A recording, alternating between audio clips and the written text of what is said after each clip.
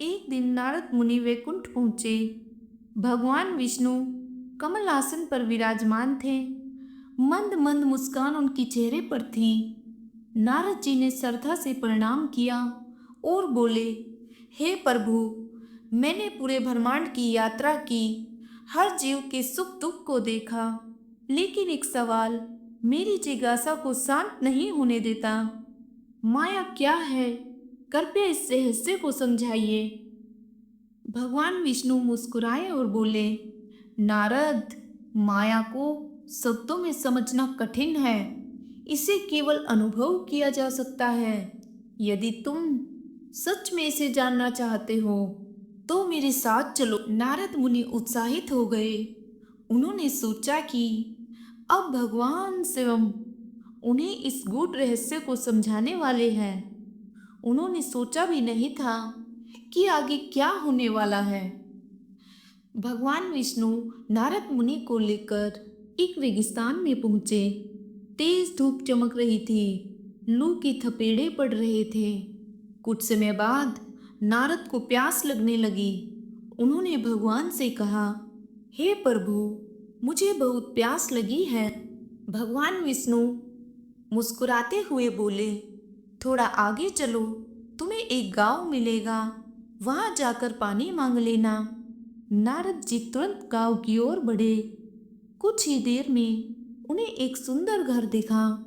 उन्होंने दरवाजा खटखटाया। दरवाजा खुला और उनके सामने खड़ी थी एक अत्यंत सुंदर युवती। उसकी मोहक मुस्कान और बड़ी बड़ी आंखों ने नारद जी को मोहित कर दिया। युवती ने कहा, महर्षि आइए, भीतर आइए। नारद जी ने पानी मांगा। युवती ने प्रेम पूर्वक जल पिलाया, लेकिन न जाने क्यों नारद जी का मन वहां से जाने का नहीं हुआ और यहीं से शुरू हुआ माया का जाल। कुछ दिनों बाद नारद जी ने युवती से विवाह कर लिया। वे एक ऋषि से एक गृहस्थ बन गए। समय बीतता गया। उनके दो सुंदर बच्चे हुए। वे अब साधारण जीवन जी रहे थे। खेतों में काम करते, घर परिवार का ध्यान रखते। उन्हें अब न भक्ति की सूझ थी, न ही तपस्या की। उन्हें याद भी नहीं था कि वे कभी भगवान विष्णु के धाम पर गए थे। परंतु एक दिन गांव में भयंकर बाढ़ आई। पानी पूरे गांव को डुबोने लगा। नारद मुनि ने अपने परिवार को बचाने की बहुत कोशिश की। उन्होंने अपनी पत्नी और बच्चों को कंधे पर उठाया और भागने लगे, परंतु एक एक करके उनके बच्चे बाढ़ में बह गए। उन्होंने चीखते हुए उन्हें पकड़ने की कोशिश की, पर वे असफल रहे। फिर उनकी पत्नी भी जल की प्रचंड लहरों में समा गई। अब नारद जी अकेले रह गए। टूटे बिखरे बेसहारा वे विलाप करने लगे, हे प्रभु, ये सब क्या हुआ? मैंने क्या खो दिया? और तभी सब कुछ बदल गया। नारद ने आंखें खोली। बाढ़ का जल गायब था। रेगिस्तान फिर से वही था। भगवान विष्णु सामने खड़े थे और मुस्कुराते हुए बोले, नारद, तुम्हें पानी नहीं मिला? नारद जी चौंक गए। उन्होंने इधर उधर देखा। कोई गांव नहीं, कोई पत्नी नहीं, कोई बच्चे नहीं। उन्होंने कांपते हुए कहा, हे प्रभु, यह सब क्या था? भगवान विष्णु बोले, यह माया थी नारद।